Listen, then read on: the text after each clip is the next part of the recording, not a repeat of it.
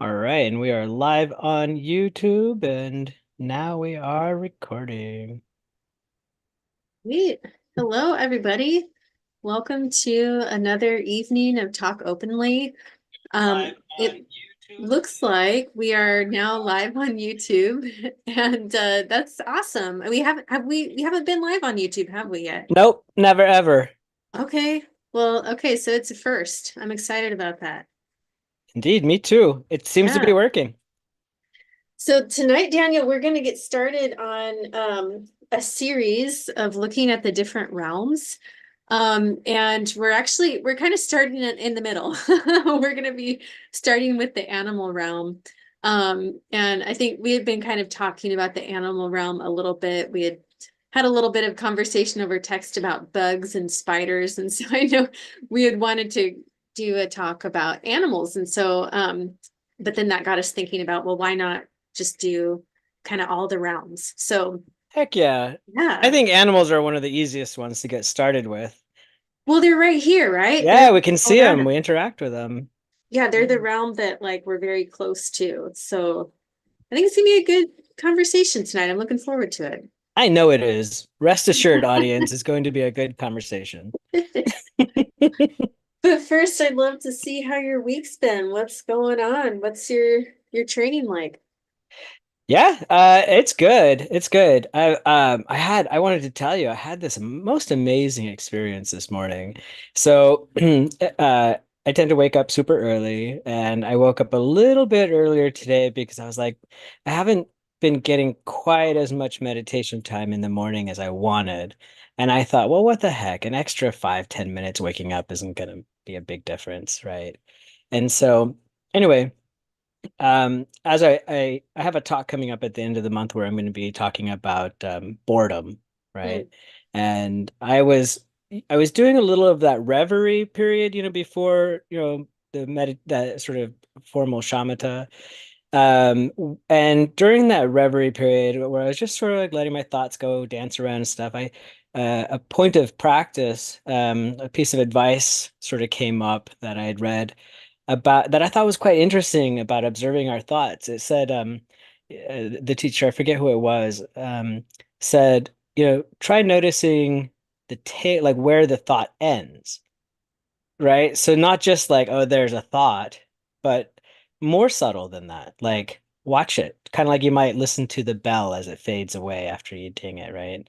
Yeah. Um, and so I was doing that and I was like, oh, neat, neat. And then all of a sudden I had one of those little pinpricks that we Hmm. sometimes talk about. And it was the most like, it was so beautiful. It moved me to tears. I was so just absolutely gorgeous where what I noticed was how the sounds, mental formations, how they arose from this silence, and how the two really were not separate, and how they, one gave rise to the other, and then back and forth. And then I had this sort of like, the emptiness in form not being separated. There was this sort of prajna paramita teaching or whatever you want to go, like what was actually going on. Like it's so interesting because at least for me, I oftentimes like I'll read these teachings, right? And I'll be sort of philosophical about it. And I'll be like, yeah, I get that. Yeah, sure. Uh-huh, uh-huh, uh-huh. And then there's one of these little sort of like pinprick moments where you sort of like see it directly, right? Like a little glimpse of the moon instead of the fingers pointing at the moon. And it Right. was just absolute. I was moved by it. It was so beautiful, exquisite. And then I was like, okay, you can't chase this. Just okay, there it is. Nice. Nice. That's some practice though, right there, right? Is the not chasing. I mean, I think that's a really big part of it. And part of like um developing maturity to around our training is realizing that these events are important little reminders that we're on the path and we're doing it.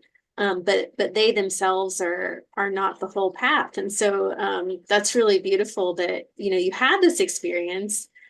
And on top of that, you were able to kind of like shift into that gear of like, okay, but it's not permanent, and it's gonna Yeah, change. It's gonna yeah, yeah, totally. I just, just sat with it, and it was quite beautiful. It's we can't, the causes and conditions have to be sufficient for it, but you know, I can't make anything happen, right? It still just sort of happens by chance, so to speak.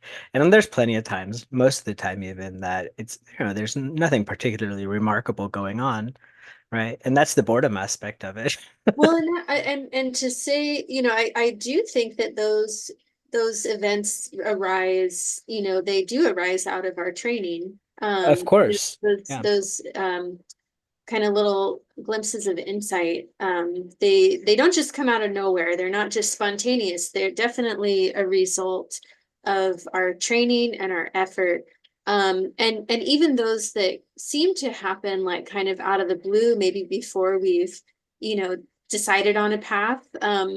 All of that has been, our kind of karmic stuff that's moving us towards Yeah. those insights. So, um, but yeah, to see them as evolving, I think is just so important. Beautiful. I love Little it. signposts along the path, Little right? signposts, yeah. Like Yeah, keep yeah. going, you're doing great. Yeah, Keep yeah, keep exactly. it It was it was it up. was it was really cool. I just had to share that because it happened just this morning. I was just like, wow, that's the neatest thing. Thanks, Daniel. Yeah, and another note I'd love to just point out is like, um, it seems like some of this happened because you also allowed for a little bit more kind of like maybe warm up time, like the That's reverend. right. That, exactly. So instead of that was actually the point of having of waking up a little bit earlier. I didn't want to just sort of like get up, and get ready and then like sit down and then ding, I'm in, now I'm meditating, like get it done. I really just wanted to kind of like exactly what happened, right? Which was to just allow for a little bit of time to just let my mind kind of play, right? A little bit gentler.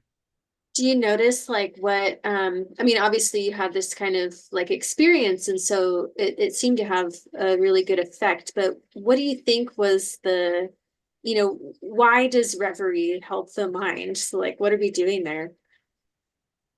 In this particular case, I don't know exactly. I think it's a little bit like if you use the analogy, since we're talking about animals coming up, if you use the analogy of like or a metaphor of like a wild horse, right? There's different ways of taming it. There's the hard way of like breaking the horse, right? But then there's a little bit of this sort of like gentle sort of play where you're kind of like you allow it to Mm. do its thing, right? Let it dance, let it play, let it rear up. It's okay, right? And just allow it to be sort of more familiar, like a little bit more like comfortable with what's going on. And I think it's like that. And in this particular case, it was what was so helpful. And I think this is actually critical. We say, the two aspects to the training to this to Dharma training is to listen to the teachings, read the scriptures, right? Listen to the talks, like actually take in the information and then meditate on it, right? And that was what was going on here is that there were a number of pointers that I was, had been thinking about a lot related to this talk that's coming up. And as a result of sort of marinating in the topic, Mm. uh, that's what arose during this sort of reverie period, and then it actually stayed through the shamatha, right? Like it didn't just kind of like come and go quickly, right? It just like it was there and present sort of throughout the entire sit. So yeah, I highly recommend that, right? What is it that Lama always says? Don't read more than you meditate, right? Yeah, But in this case, it was, I think, the right balance. nice. That's great. Yeah, Yeah, yeah, yeah. Good stuff. Good stuff. What about you, Jack? I'm well. I wanted to ask one more question, Oh, just yeah, out go of for it. like kind Yeah. of selfishness in a way, because like I'm having a really hard time in my training and my practice and having energy and attention in my meditation. Mhm. And it sounds like, from the last few weeks that we've talked and today as well. You've gotten into a practice of like, you get up really early and Mhm. you start meditating pretty early. And I'm just curious, like tips for both myself and maybe those listening around, like how have you developed that? Like how has it become kind of just natural for you to to wake up at a, early hour to do all of this. Because it seems, I don't know, it seems kind of necessary in a way. Maybe not early hour, but Yeah. to give yourself some space, some time to just ease into the training. Um, well, I mean, sleep's really important. It's hard to meditate when you're tired. Yeah. Although I have to say, meditating even though you're tired is beneficial. Yeah. So in the sense that there's when like we want to observe the mind in all of its states. And the awareness isn't, our the sort of innate natural awareness is not going away. It's always there. And so it's kind of interesting to see, well, what is it that I'm aware of when I'm in a sleepy state, right?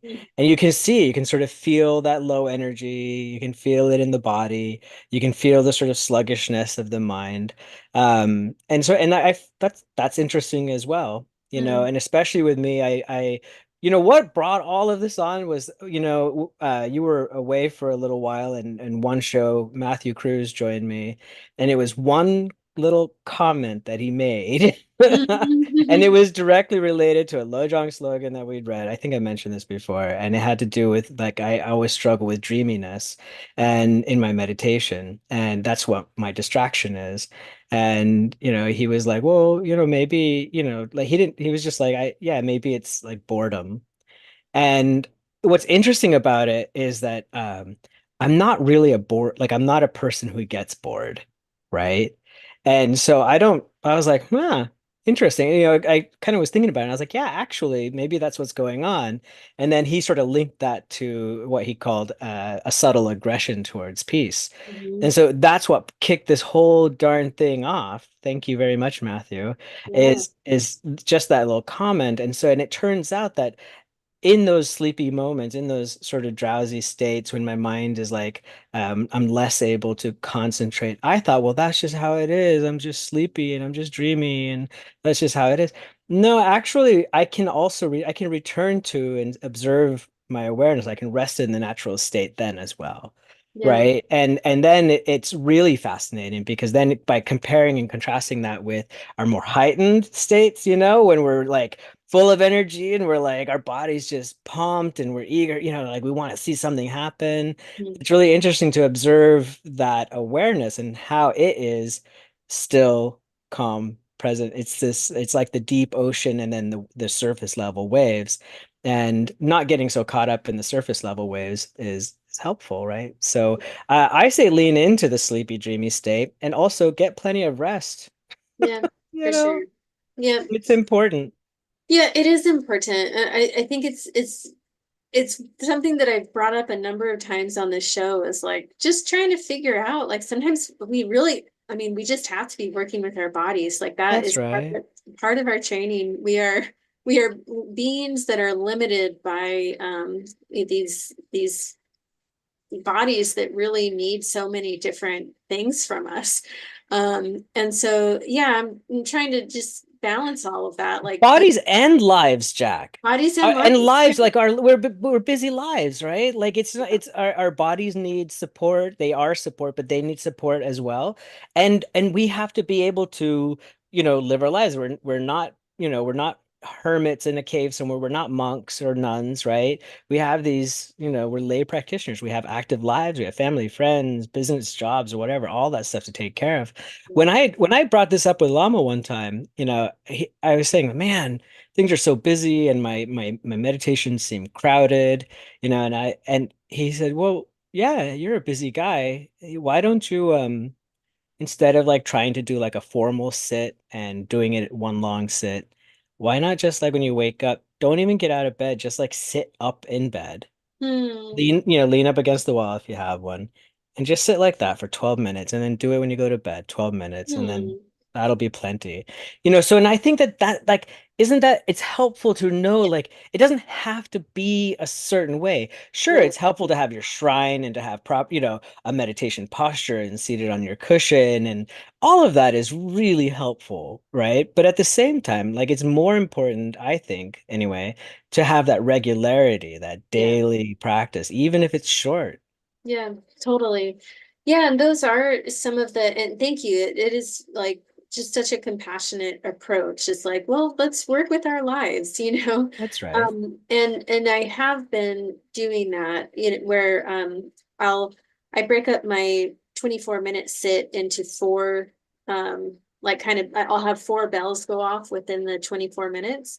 And something about that is just like it really helps my mind. Um, I don't know if it's about needing to break it up or just to be reminded by something outside of myself. Like I just kind of need that right now. Yeah. And that is actually working. I think it's pretty effective for me right now. I have a question for you. Yeah, yeah, Okay, so I love that too. That I love putting little bells in there to sort of like bring me back, yeah. right? Okay, I love that. I have a question though about your meditation. Do you avoid looking at your clock? Do Yes, you do I you do. like not want to know how much time is left? You know, it kind of depends on the day. There's times where I don't feel like I need to look at the clock. Like I'm just kind of really engaged and kind of active, I think, with my meditation. And then there are times, especially when I'm sleepy, that I'm like, I want to know how much longer I have to be here because Oh, like it kind of feels a little bit like a task at that point. And yeah. so then that's when I'm like wanting to look at the clock, but I don't always. Like I'll sometimes I'll even give myself a little bit like if I'm example if I'm counting my breath, what I'll do is like, okay, you have to go through a whole nother round of 21 before you can look at the clock. Oh, wow, wow, wow. That's Which I don't know if fascinating. that just creates more tension in my mind. Yeah, yeah. It might, Well, honestly. okay, so that's okay. Those kinds of games, Yeah. that is part of the distraction that we're do I think anyway, this is what I'm reading about, right? And learning about is how like all those little things that we're doing when we're meditating, everything other than Yeah. watching our breath or Yeah. whatever it is that our goal is, so I my thing with the time is that I find that it's really disturbing to me to know to become aware of the time. I prefer to sort of like not be aware of the time because if I become aware of it, then I'm like kind of focused like, oh crap, I thought I only had like 2 minutes left, but it's actually 10 minutes left. Yeah. And Yeah. No. oh gosh, am I gonna, so it does that creates again tension in the mind. So Mhm. the other day, I was like, you know what? I am going to make I'm going to watch the clock. You I'm don't watch the clock. that's my meditation. I'm not going to watch my breath. Whoa.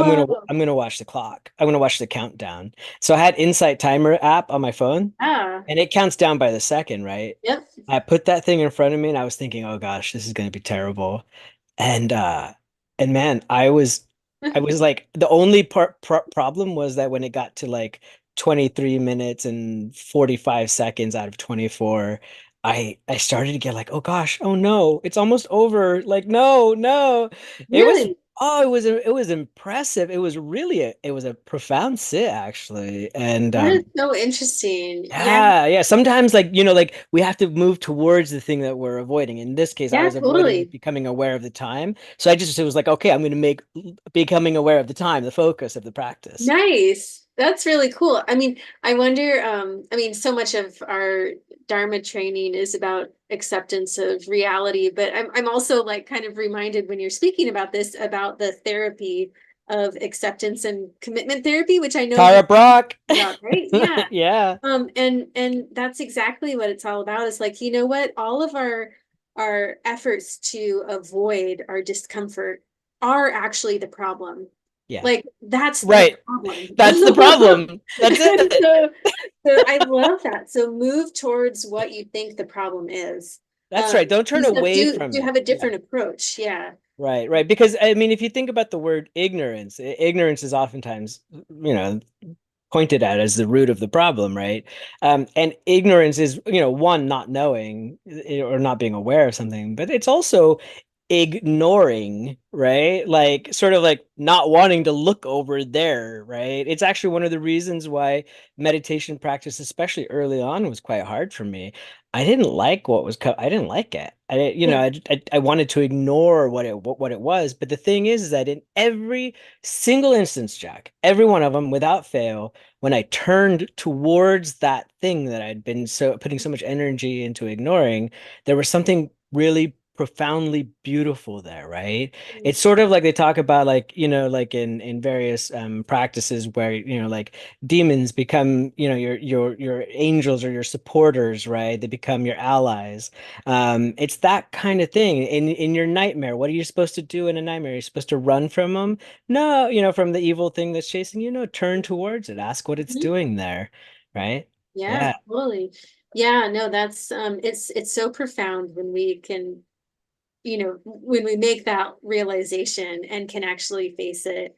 I was talking with a client today who struggles with some voices, but mostly is just like a pretty anxious person and struggles with like, social connection, social hmm, anxiety and stuff. Um and they were telling me like, I just have the hardest time like looking people in the eyes, like looking, yeah, even my family members, like it just feels like I don't know, like so like they're gonna think I'm weird or something. And so we went through this like process of like, what if like all of those things that you were worried about were true? Like, what if they do think that you're like such an awkward person? And like, what if they are weirded out by your eye contact? What's literally what's the worst thing that can happen out of that? They think you're weird. You already call yourself weird, you know? And so it's just so beautiful. Like when oftentimes when we face the thing that we fear, it's like, oh, it's really it's nothing. It's right. It's empty. it's totally empty. And um, but it really takes a lot of courage, It does. It to, does. Oh to my face gosh. that tiny thing. Yeah. Yeah, Jack, did you get a chance to hear Connor's talk on Sunday? I did, yes. Yeah. Oh, wasn't that beautiful? That was fantastic. Wow. I was That was so pleased great. with that. He was talking about fear, and I know it's going to be posted to the Lions Roar YouTube channel soon. I encourage you, if you ever, I mean, this very thing that Jack's talking about right now, about how to sort of overcome and work with our fears. That was the topic for Connor's talk, and it was absolutely fantastic. Yeah, super helpful. Yeah, Nice. Well, this has already been a very fruitful conversation for me, me and too.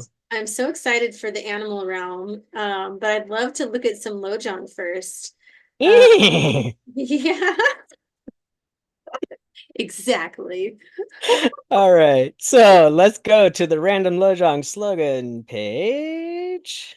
Here we are, the Okay, infamous RLSG on the lionsroardharmacenter.org website.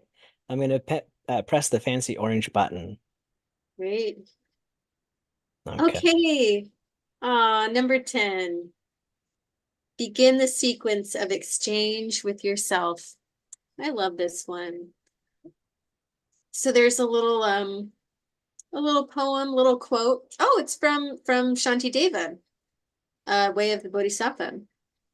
And he says, those desiring speedily to be a refuge for themselves and others should make the interchange of I and other, and thus embrace a sacred mystery.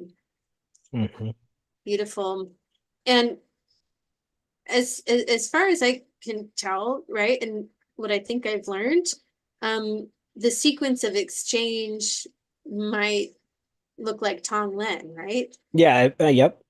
That's kind of That's the what we're talking about, I think. Yeah. yeah, that's the meditative practice, and then the outward practice.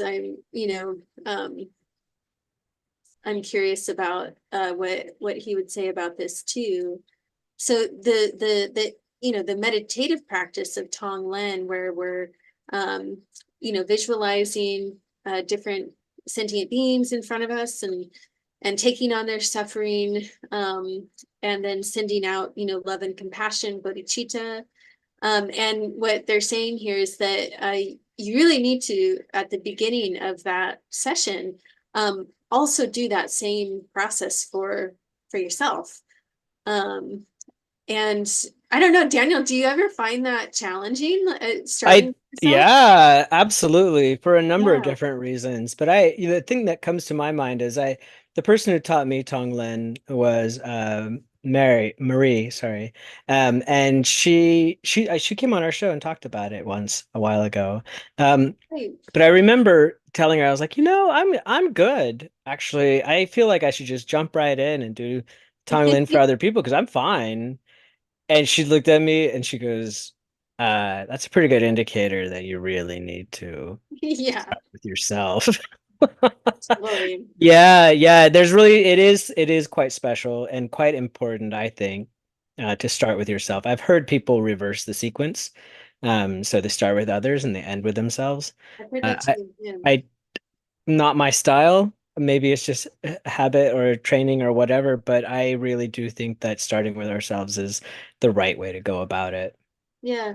Yeah. Yeah, and in some ways, I feel like reversing that sequence makes it a little bit more about you. Whereas, like, Correct. That's right. right, right. Like, Yes. whereas if we start with ourselves, we're recognizing that this is the starting point of my practice Yep. is myself, and then I'm extending, all of that effort towards others, which is the way Right. of the Bodhisattva.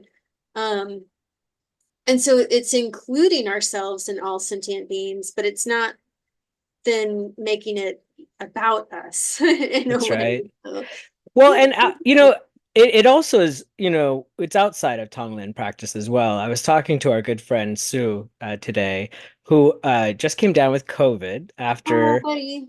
Oh my gosh, Sue has been she has been desperately trying to avoid this bug Yeah. for years, Yep. and she just t tested positive yesterday. She's doing okay. She's Okay. all right. She's, Good. she's gonna be all right. Uh, but in talking to her about this, it was interesting that, like, yeah, exactly. When we're feeling sick, when there's something not quite right, we're hurting, we're in pain, we're suffering in some way. One of the practices that is so profoundly good to do at those times is to think about all of the other people who are Yeah. in the exact same place and to send out to essentially do a little Tonglen with them, right?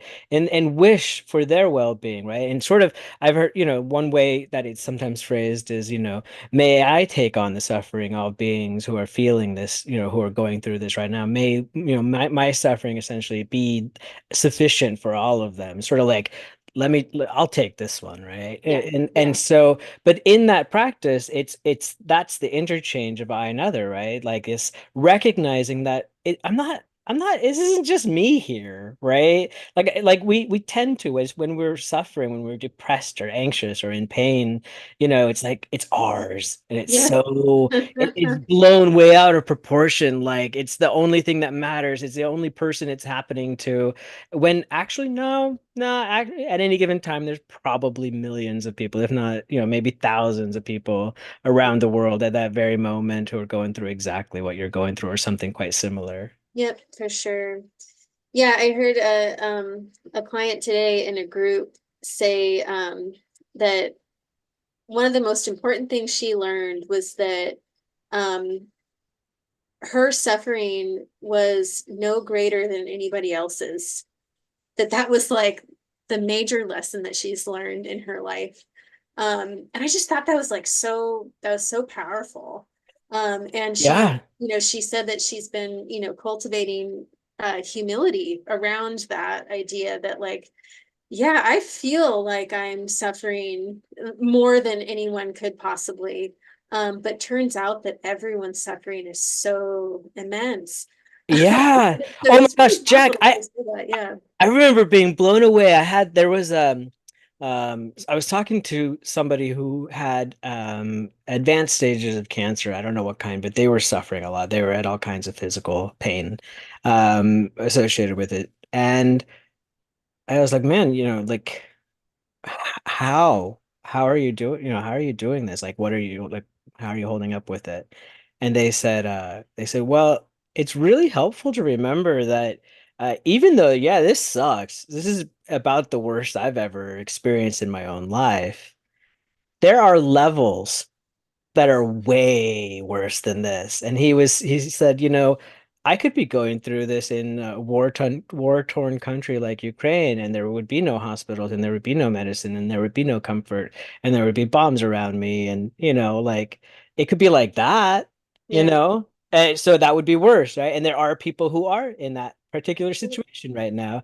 And he was like, so, you know, all in all, I'm okay for where I'm at. Yeah, for Yeah. sure. Yeah, nice. Mm.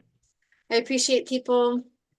I want to check out this. Oh, never Oh, mind. so no, no, no, I'll bring it back up. You said you wanted to check We something had a out really here. beautiful tapestry up on the slogan generator. Oh, Okay. It's hard to cool. see the whole thing here. Let's see if I can make it any bigger. Can I make it big? No, I can't make it bigger. Does it say at the bottom? So Vajradhara Nartimaya and Mahasiddhas Varupa and Kana. This is cool. I don't think I've seen this one before. And that's one really awesome thing about the slogan generator is that each slogan, they'll a random kind of Buddhist art will come up as well, and it's really nice. Yeah, love Definitely it. check it out. Dirk did such a good job with that. Yeah, for sure. Well, Daniel, we Yeah. made it to that time. We're going to be talking about the realms. And like I mentioned at the beginning, we're kind of going out of order, maybe one might say. And we're starting kind of in the middle. We're It starting with seems appropriate. It's the middle way. that's right, that's true. And maybe would you mind telling us a little bit about a couple weeks ago you sent me an article about spiders. I was Oh. wondering if you remember anything about that No, article. I do. I do Why you sent remember it. something about it. I forget who wrote it, but yeah, it was basically an article about bugs, from a Buddhist perspective. And it had a number of really good quotes in there. One of the funny ones that I remember from it, I don't remember the whole article, but it was basically, bugs are really good training, right? And developing compassion, and that I think that the Dalai Lama has recommended to parents to help their children develop compassion by first starting with bugs, Mm. and that by demonstrating by walking the walk, right? Not just talking the talk. And there are a number of good quotes in there, including the Dalai Lama's relationship to mosquitoes and what and stuff. But the one that stood out to me was a person said, "Yeah, I was sitting there, I was reading this book about compassion by the Dalai Lama, and a mosquito, I think it was a mosquito or a spider or something, came up and they hit it with the book." Yeah. And they said they'll never forget it. They still feel bad about that. But Yep. Yep. but no, the reason I mean I've got we will I swear we will not talk about bugs the whole time. But my goodness, I have a number of good bug stories related to Dharma practice. Love to hear one of them at I'll least. just tell you the most recent one. One of the most, there's a lot, but okay, I'll give you one. So the other day, a lot of people say they have a hard time working with mosquitoes. It's hard to be compassionate towards mosquitoes. Mm. So, um, I just maybe like a month ago or so, I was sitting in the backyard early in the morning, and I was meditating, and I realized like, oh man, there's mosquitoes buzzing around. That's too bad. And I was like, well, all right, whatever, so be it. And they left me alone for my sit. They didn't bother me. And then towards the end, I'd say I had just like a few minutes left to go. I feel something on my arm, and so I look down and I see this mosquito just right on my inner arm. Yeah. And I looked at it and then I felt the little sting as its proboscis went into me. And I was like, huh, all right. And then I watched her. I just looked at her and I was like, oh man, what a gentle being. Like she doesn't kill for her food. Oh, She's just taking a little bit of what other beings have plenty of. yeah. Oh, you know what? I think I might have to change my headset here. Well, we'll see how it goes. Okay. Anyway, so then as I was like contemplating this thing, I was like, well, what a good mother she is, right? Mm.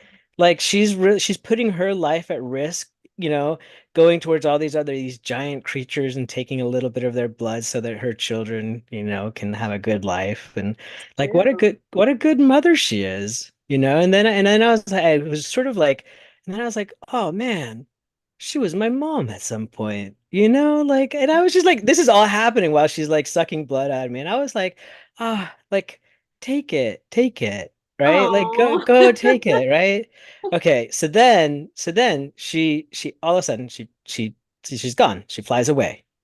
And I've had experiences in the past that are similar to this where I didn't even develop an itch, no bug bites, no nothing as a result of Wow. this, right? And so I was expecting something similar, but no.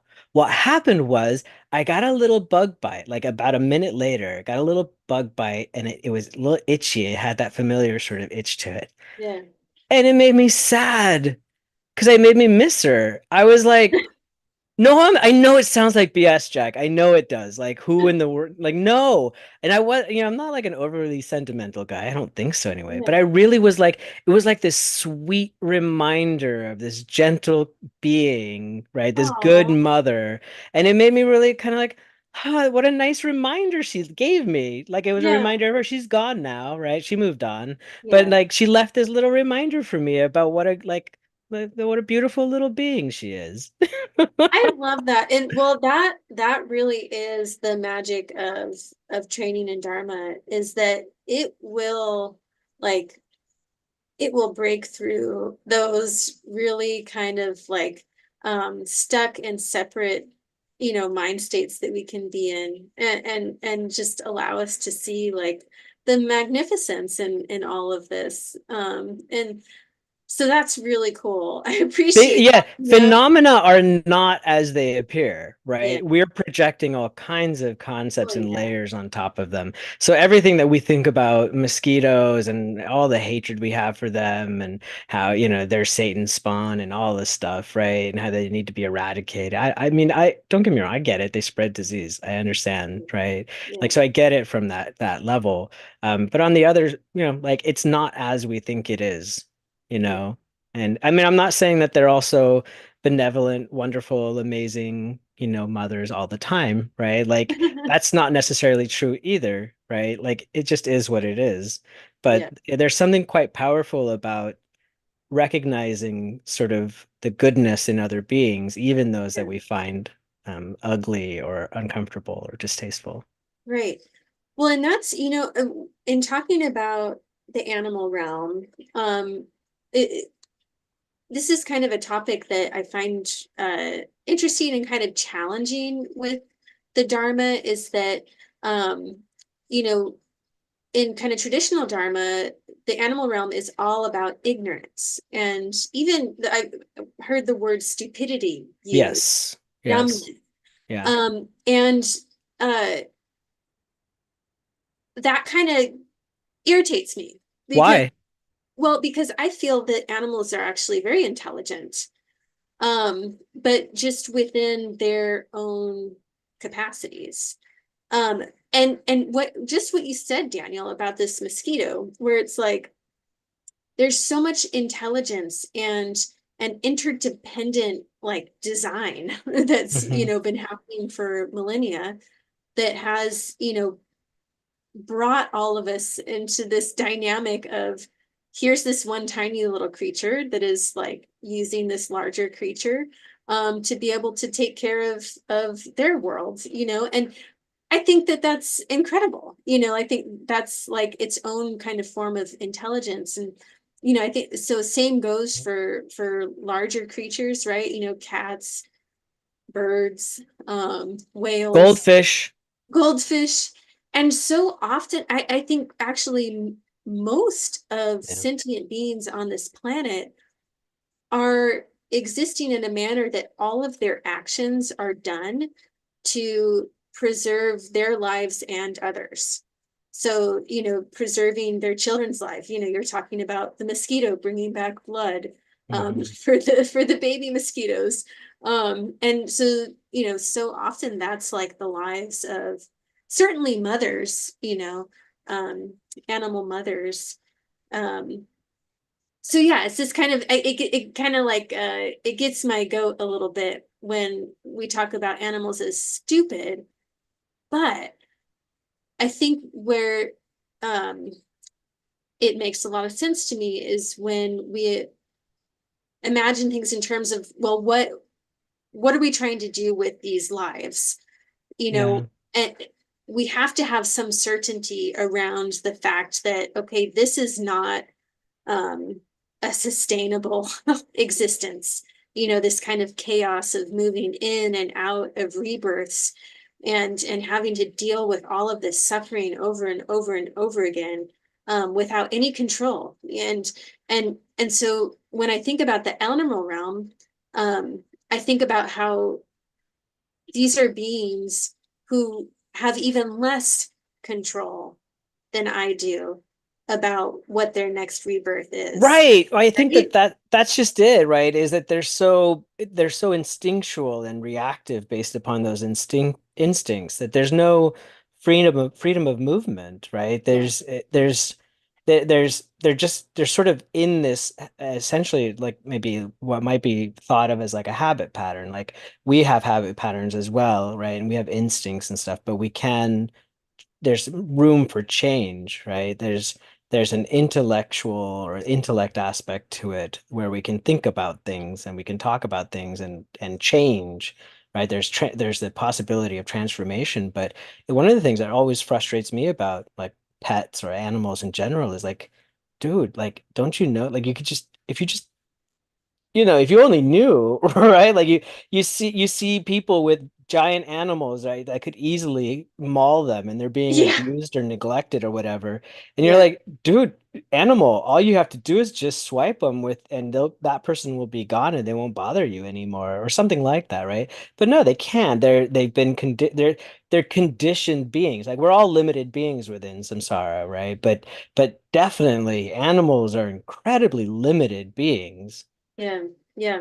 Well, I agree with what you said, though, about the yeah. intelligence. Observe any animal, even the smallest little jumping spider, for just observe them, and you will be blown away by the intelligence and the little persons that are in there. Yeah, they're amazing. Yeah. Yeah. What you're talking about, little jumping spiders. And then as you get into mammals, like, man, I don't know if you've been hearing about orcas these days, but I have. Oh, yeah. yeah, they're like they're taking down like people's boats and stuff. Uh-huh. They're kind of amazing. And they I'm just on I'm on Team Orca. I'm on Team Orca as well. Yes, always. So there's a form of intelligence there. There's even like some creativity and play, I think, as we get into kind of like the higher functioning Sure. animals. Um, Yeah. but yeah, there is this element of like, can I reflect on my experience? And, is this experience like satisfactory to me? Right. Right. Um, and I think that's where it kind of shifts a little bit. Yeah, well, I mean, we're going to talk about all the different realms, and there are, classically, there are the three lower realms, which animals are a part of, and then the three higher realms. But which sounds like, oh, I want to go to the higher realms and I want to avoid the lower realms. No, you actually want to avoid all of All them, of them. Yeah. right? They're all samsaric. They all have suffering at their heart, right? Yeah. Yes, Yeah. exactly. And so the animal realm is really kind of distinguished by like being centered on survival, like you mentioned, this kind of instinctual center, being centered on survival. Yeah. A lot of struggle. So it's Yeah. just constantly, seeking basic needs for basic functioning. Yeah. Um, they're also very much prey, right? There's a lot of being There's preyed always a bigger on. fish. Yep. There's a lot of exploitation from humans. Yep. And untimely death of being prey, and also, not having kind of like access to, unless you're a pet, access to things that can alleviate your suffering, your pain. Um, Yeah. and so it's a very kind of, just a constant distraction. I'm thinking about myself in meditation, right? Where it's like, a lot of my sits these days have been occupied by um, kind of like higher order levels of like working out my basic needs. So, like, do I have my house? Do I have my job? Oh, right. Like those Yeah. types of things Yeah. Yeah. where it's Yeah. like, Understood. just trying to like work it all out. And so I'm very much, I feel in my own, a little bit of like a animal realm where I'm just like, everything's about that. And it's exhausting, Right. even just doing it from a human level, but an animal like my cat who is very selfish and has like a very lovely life, it's still constantly like on edge, like cats are known to be sleepers, but they can wake in a second, because they're just always ready, at the ready to, to move in for a kill or be prepared. I think, cats are prepared for being prey. And Absolutely. so, yeah, it's like this just constant like stress is what I imagine it being. Me too. Me too. And even the animals, the pets who have every need met and good veterinary service and excellent diets and human beings that tend to their every need, you know, even those creatures are going to get sick, they're going to get old, and they're going to die. Yeah. And they can't communicate it to us. Right. Yeah, they can't tell Like, you what's wrong. That's one of the, I yeah, mean, it breaks my heart when, an animal, you could tell like something's not okay, but you don't know what, you're like, what hurts? What's the yeah, matter? We want to help, but they can't communicate to us what it is that's the problem. yeah. Yeah, I was a little bit meditating the other day on that. Like I was kind of imagining being my cat James, because he'll just like Okay, all right. he'll like come it wasn't my meditation practice. I was kind of going off on a rabbit hole, but he'll just like come into the room and he'll just be like chatting away. And he'll be like sometimes be pretty like angry sounding, other times he's kind of just like chatty. And so I'm just trying to imagine what it's like to be a being who's very obviously trying to communicate Yeah. something to this other being, and they're just like, "Oh, you're so cute," but like and of course he doesn't know what I'm saying. We Right. might know from each other's like tones of voice, like what's we can communicate Oh, that. there's certainly some communication happening. Yeah, Right. definitely. Yeah. But you can tell sometimes that he's frustrated. Like I can kind of sense it. So yeah, we've got these lovely little creatures who can teach us so much about like just the suffering that they're going through too. Um, yeah, Yeah, boy, stresses me out sometimes. I got a little depressed actually ahead of this talk because so one of the things that I find in our Western culture is that we really don't see enough. We hide we hide suffering, right? We hide sickness and death and all that stuff. And one thing that is so sad to me is the way that we think of like meat, right? Meat animals, and how there's such a huge gap between what people are purchasing at the store and the truth of the matter, right? Yeah. Like what's actually happening there. Like what you see in the store is like a plastic wrapped piece of protein, so to speak. People have some places just say choose your protein, right? Mhm. So there's, like even our language is sort of designed to get away from saying what it is that's going on there. Yeah. And I don't want to be a Debbie Downer or anything, but I went to this I was curious about how many animals are slaughtered because I was thinking, I was like, yeah, like okay, so being a wild animal is no fun, right? Like there's all kinds of like you were saying, you're prey and you're stressed and you're just trying to find resources and all of that kind of stuff. And then sometimes being pets is not all that great. But then, I mean, I was looking at this site I was trying to figure out how many animals are slaughtered every year. And this was, I forget the name of the site, but it was, they had a counter on it Mm, and it was only for the United States. mm, And it was spinning up so fast and it had a little thing on it that said, since you visited this page, so many animals have been slaughtered, Ooh, right? And it was going up by thousands. Like I wasn't on this page for a very long time, and it was just like I was sitting there and I was like, "Oh my God!" Just sit. I felt kind of dirty even just looking at the yeah. numbers going up, Ooh, right? gave And me chills. Yeah. yeah, I mean, there's 8 billion people on the planet, and something like in the United States, something like 75 billion animals slaughtered every year. Yeah, I don't know. The numbers were Wow. huge. Don't quote me on those numbers. I don't remember No, them I believe exactly. you. But they're Yeah. oh my God. I mean, it's counting fish too, so the numbers are huge because it's all kinds of different animals. And that's just for human consumption. We're not talking about prey animals or anything like that. So being born as an animal of any kind is not not desirable. Not I desirable. used to think it was. I was Me like, man, too. I was like, oh, I'd be born like my dog or something. Like she's got a Yeah. good life. No, Yeah, no. or like being a bird, Yeah, or a yeah. fly. But imagine being one of those like little cockatoos who's stuck in a Petco, just Oh, kind of like a or one of those fly beta fish or a beta fish. Yeah, in the yeah. little, they put them in those little plastic Little Tupperware tiny little. containers. Yeah. Yeah. Oh my gosh. And also, I don't know about you, but I actually I'm not into like gore or violence or Yeah, any of same. that, horror movies. None of that stuff is appealing to me. But I am keenly interested in all the nature stuff, right? Yeah. So like both the cute and fuzzy and remarkable and interesting stuff, but also the sort of like the subreddits about like nature is metal, right? That Yeah. kind of stuff, right?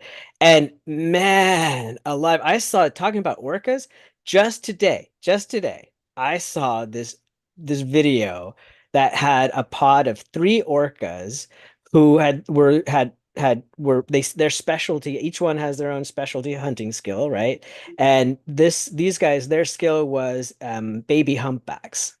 And Oh, the wow. video was demonstrated there was a male humpback, a female humpback, and a calf humpback. And just three little orcas. The humpbacks were big compared to the orcas, Right. right? Yeah. Guess what these smart and or these intelligent orcas Yep. did? They waited and they like hung out, like sort of like they came up and then they were like, okay, well, we can't take him as long as the male's there. So they just waited until he dove down, and as soon as he dove down, they came in and they didn't attack. No, no. What they did was they came up underneath the calf and they put it on their back like the way that a mother humpback does Mm. so that it enters into their slipstream, and the calf swam away willingly with them.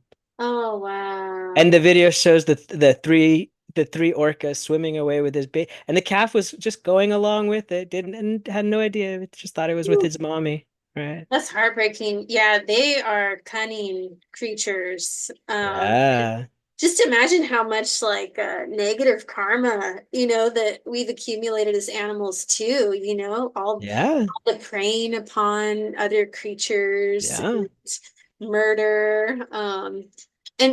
Something that's helpful for me too, thinking about other sentient beings is like, where in my life have I like also been like one of these beings, or maybe yeah, been sure, in animal realm or a hungry ghost realm or something. yeah, I think about those times in my life where I've just been so kind of desperate that I'm just going after like sense pleasures, or I'm not really ah, caring about the effect that I have on other people. I'm just fucking going for it. I'm just yep, yeah, and I think that is kind of an animal realm where it's like I'm gonna get my needs met above all others, yeah, and I don't care because I'm not even thinking about it. It's not even in like my purview. I'm just kind of living what I think is a satisfying life. yeah. So yeah, it's That's a good point, actually. I think that, that when we talk about the realms, we are talking about literal realms, right? But we're also talking about psychological realms. And, there are definitely plenty of human beings who are living animalistic existences, right? Um, I I heard, so what did you say? What's the reason for what is it that causes rebirth into animal realms? ignorance. Ignorance, right? So I Ignorance. heard this funny story. It was about two brothers. This is to illustrate the process, right? So there were these two brothers, one of whom was super duper generous, like really generous. Like he just loved giving away and helping and all of that. But he did not like to read the scriptures. He did not like to study. You Mm, know, he had a generous big heart, but he was not into pursuing wisdom. mm. And then his brother was a Scrooge McDuck. This guy, this guy, he wouldn't give anything away to anybody. He held on to everything super tight, but he was diligent in terms of learning, right? So he acquired a lot of knowledge and gained some modicum of wisdom.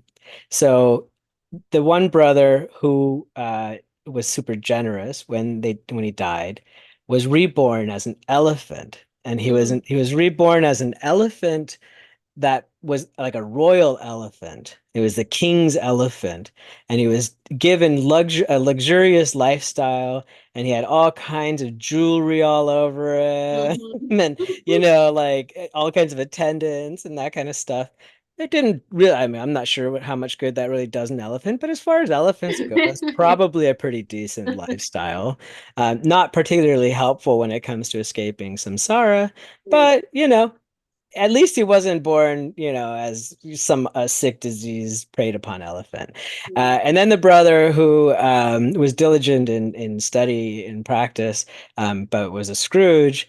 He was reborn as an arhat, like he became an arhat, and when he was so he would as a monk he would do his alms rounds, and nobody ever gave him anything Mm. Mhm. Mhm. because he hadn't actually practiced generosity himself. Yeah. Yeah. I love that. That's karma is so complicated and profound, right? Because I think of like I was thinking, the generous person, right, would at least have something better maybe than like an animal life. But that's it, is that, we have to balance out these, different practices that we're doing. We've got to do Right. all of it. Like we've really, you know, we Exactly. have to be developing all different aspects of our mind and Right. not out of fear that like, oh, I'm going to be an elephant, or Mhm. I'm going to be an arhat with no food. But just those are illustrations of like we've got to have a balanced mind. Otherwise, we're not going to be able to actually be helpful. We're going to be in these states of mind where they're imbalanced. So Right. more Both interesting. in both in this life and a good chance in the next one. Yeah. Right. Yeah, for sure. Which realm are we going to, we got to tease the audience a little bit. Ooh, Which realm are we going to do I next? think we should keep going down.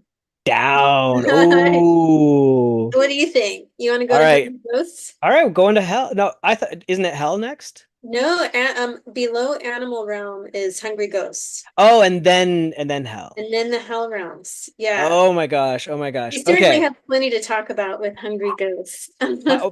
Yeah, we got a lot to talk. We could talk about each one of them extensively.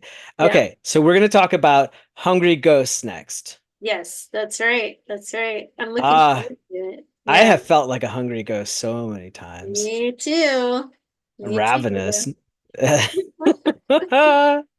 Thank you Well, so let's much, Jack. thanks, This was thanks, Daniel. fantastic. Yeah, and let's hope that our preoccupations with the kind of our animal-like behaviors, just to bring some awareness to it. Doesn't We don't need to be fearful of those things, Yeah, but just conscious of it. I'm such a sleeper. I love sleep. I love sleeping in. And I think that's kind of one of my animal comforts. And I yeah, just, maybe I won't even change anything about it this week, but I'm gonna try and bring a little more awareness to that activity if I yeah. can. And I chase distractions the way that dogs chase sticks and other toys. Yeah, so just awareness, just look at it. That's Watch all we it. can do. Yeah. Thanks, everybody. Looking forward to Hungry Ghosts next week. Have a Thank really